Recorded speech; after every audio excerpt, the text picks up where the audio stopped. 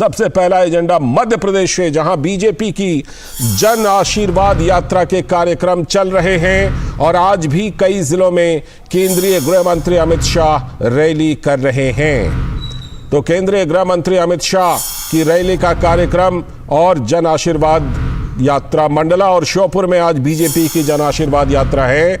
अमित शाह ने हरी झंडी दिखाई और रैली को भी संबोधित किया। केंद्रीय गृह मंत्री ने मध्य प्रदेश की रैली में राज्य के शिवराज सिंह चौहान सरकार के विकास कार्यों का खास तौर पर उल्लेख किया कि किस तरह से राज्य सरकार ने काम किए हैं।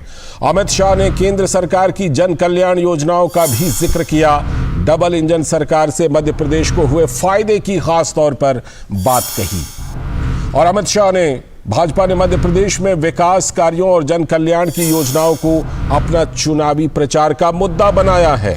लेकिन दूसरी तरफ अगर देखिए तो प्रमुख विपक्षी पार्टी कांग्रेस का कर्नाटक और हिमाचल वाला जो ढर्रा है, यानी कि सिर्फ फ्रीबी योजनाओं को ही एजेंडा बनाने पर मध्य प्रदेश में भी उनका जोर है। मध्य प्रदेश में इसी साल के अंत तक विधानसभा चुनाव होने वाला है, तो भाजपा की कोशिश है कि राज्य में सत्ता को बरकरार रखी जाए। और इस बीच आज ही 6 राज्यों की 7 विधानसभा सीटों पर उपचुनाव के लिए मतदान जारी है इस समय भी। लेकिन एक बड़ी बात सामने आई है कि उपचुनावों में विपक्षी गठबंधन की एकता की दावे की पोल खुल गई है, क्योंकि एक दूसरे के खिलाफ ही वो ताल ठोंकते हुए नजर आ रहे हैं। तो अमित शाह जो मध्य प्रदेश में, सुनते हैं कि केंद्रीय गृह मंत्री अमित शाह ने मध्य प्रदेश में बीजेपी की जन आशीर्वाद रैली को संबोधित करते हुए क्या कुछ खास कहा। कांग्रेस पार्टी नारा देती थी, जल, जंगल और जमीन की रक्षा करेंगे, उन्होंने तो नहीं की। मोदी जी ने जल, जंगल और जमीन के साथ सुरक्षा, सम्मान और समावेशी विकास को जोड़कर आदिवासी कल्याण का एक आदिवासी मंत्रालय बनाया। तो भाजपा के प्रधानमंत्री अटल जी ने बनाया। मोदी जी ने 2 वर्षों में मात्रा के दोष के कारण छूटी हुई 23 जातियों को फिर से आदिवासी जातियों में ऐड किया और भगवान बिरसा मुंडा की जयंती को जनजाति गौरव दिवस मनाकर पूरे देश में आदिवासियों का सम्मान करने का काम नरेंद्र मोदी जी ने किया। और इस खबर पर चर्चा के लिए हमारे साथ 2 संवाददाता जुड़ रहे हैं। मध्य प्रदेश से हमारे साथ हमारे संवाददाता अजीत द्विवेदी जुड़ चुके हैं और साथ में कोलकाता से हमारे संवाददाता प्रसेनजीत बख्शी भी जुड़ चुके हैं। मैं पहले अजीत के पास चलता हूं। अजीत, सबसे पहले तो यही बताइए कि गृह मंत्री के भाषण का हमने एक हिस्सा सुना, आज गृह मंत्री के और क्या क्या कार्यक्रम हैं जन आशीर्वाद यात्रा के तहत? अजीत, बिल्कुल, देखिए लालचंद, आज मध्य प्रदेश में गृह मंत्री अमित शाह के 2 प्रमुख कार्यक्रम हैं, जिसमें कि पहली जन आशीर्वाद यात्रा जो कि मध्य प्रदेश में तीसरी है, जो कि 3 सितंबर को जेपी नड्डा ने इसकी शुरुआत की थी, बीजेपी के राष्ट्रीय अध्यक्ष ने, चित्रकूट से भगवान राम की तपोस्थली से।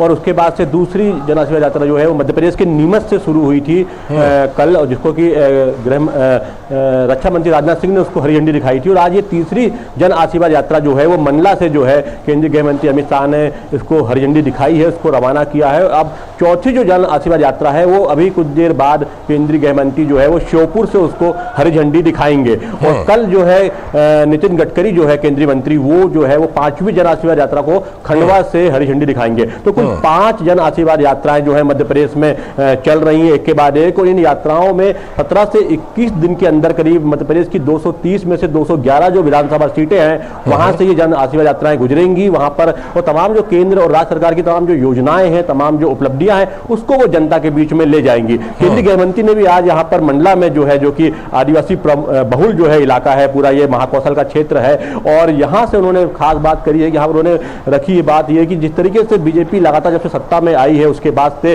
गरीब, आदिवासी और जो महिला है उनके लिए विशेष रूप से काम कर रही है, दलितों के लिए काम कर रही है। लेकिन एक समय था जब प्रधानमंत्री पूर्व प्रधानमंत्री मनमोहन सिंह कहा करते थे कि जो देश में संसाधन है उसमें सबसे पहला हक अल्पसंख्यकों का है, जबकि जब से बीजेपी आई है तो उसने हमेशा से जो है देश सभी को साथ लेकर चलने का प्रयास किया है और सभी के कल्याण की बात की है। तमाम योजनाओं के माध्यम से ये चीजें जो है जमीनी स्तर पर दिखाई भी दे रही हैं। साथ ही उन्होंने जिस तरीके से मध्य प्रदेश में तमाम विकास के कार्य हुए, उन्होंने तुलनात्मक बात बताई कि जो दिग्विजय सिंह की सरकार थी, उन्होंने नाम नहीं लिया, श्रीमान बंटाधार कहा उन्होंने, और बताया कि उसके पहले मध्य प्रदेश बीमारू राज्य था और तमाम मूलभूत सुविधाओं के लिए यहाँ के जो निवासी थे वो परेशान होते थे। और अब लेकिन उसके बाद जो पिछले 18-20 साल में जो बीजेपी की सरकार में तमाम विकास के कार्य हुए हैं वो अपने आप में बिल्कुल अविश्वसनीय है और ये लगातार चलते रहना चाहिए। उन्होंने लोगों से आशीर्वाद मांगा आगामी विधानसभा चुनाव के लिए और ये भी कहा कि 15 महीने जो कमलनाथ की सरकार रही है उसमें जिस तरीके से भ्रष्टाचार हुआ है वो भी जो है जनता याद रखे। लौटता हूं आपके पास, प्रसेनजीत दा के पास चलता हूं कोलकाता।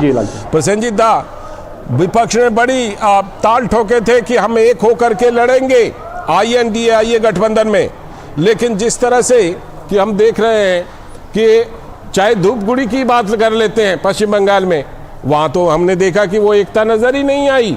तो क्या विपक्षी एकता की इन्हीं उपचुनावों में ही पोल खुलती हुई नजर आ रही है प्रसेनजीत दा? देखिए लालचंद, आज सुबह से जो कुछ भी इसको हम कहना चाहेंगे कि इसमें आणविक बम का यहाँ पे बरसाया गया है दिल्ली से या नेशनल पॉलिटिक्स से, वहीं पे किसी ना किसी जगह पर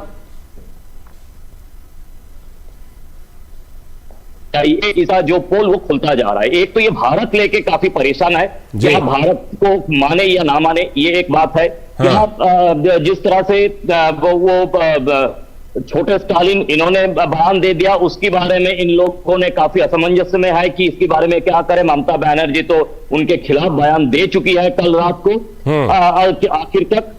और अब अगर धूपगुड़ी की बात करें तो ये ऐसी एक उपचुनाव है जब वहां पे मुंबई में या उसके पहले बेंगलुरु पटना में ये लोग बैठक में एक तरह से हम देख रहे थे कि हंसी हंसी सीताराम येचुरी, राहुल गांधी और ममता बनर्जी, और यहाँ पे एक ही उसी दिन जिस दिन मुंबई में ये लोग बैठक कर रहे थे उसी दिन धूपगुड़ी की मंच पर हंसी हंसी अधीर रंजन चौधरी और मोहम्मद सलीम ये दोनों मिलके प्रदेश कांग्रेस सभापति और CPIM का प्रदेश सचिव, इन दोनों ने पूरी तरह से अभिषेक बनर्जी यानी कि जो ये INDA के जो समन्वय कमेटी की एक मेंबर है वो अभिषेक बनर्जी के खिलाफ एकदम जी जान लगा के वहां पे भाषण कर रहे थे। तो आप बताइए कि आज चुनाव में लोग वोट दे तो किसको दे? क्या INDA को दे या देखिए इस चुनाव से किसी बंगाल सरकार को कुछ लेना देना नहीं है। वैसे ही 2/3 मेजोरिटी में तृणमूल कांग्रेस है। अगर तृणमूल ये कांग्रेस और इसकी तरफ से कुछ हो जाता है CPIM की तरफ से तो विधानसभा में उनका एक प्रतिनिधि हो जाएंगे, क्योंकि वो पहले जो सागर दिघी से प्रतिनिधि निकाल के लाए थे वो तृणमूल में चले गए। और बीजेपी के लिए भी बीजेपी पुख्ता होंगे लेकिन बीजेपी सरकार बना नहीं पाएगी। तो कहानी यह है कि लोग किसको वोट देंगे? क्या तृणमूल कांग्रेस को वोट देके ये साबित करेंगे कि देखिए हम कांग्रेस और CPIM के खिलाफ वोट दे दिया, या कांग्रेस या CPIM को वोट देकर ये साबित करेंगे कि आने वाले चुनाव में हम राहुल गांधी को प्रधानमंत्री के हिसाब से देखना चाहते हैं। तो इस तरह के असमंजस्य में धूपगुड़ी के लोग हैं, बंगाल के लोग भी हैं। दिलचस्प होगा। एक तो उपचुनावों में ये एकता की पोल खुली है और उसके बाद जो विधानसभा चुनाव होने हैं कई राज्यों में, 5 राज्यों में, उसमें भी ये देखना पड़ेगा कितनी एकता रहती है। बहुत बहुत शुक्रिया दादा। आप कुछ जोड़ना चाह रहे थे क्या?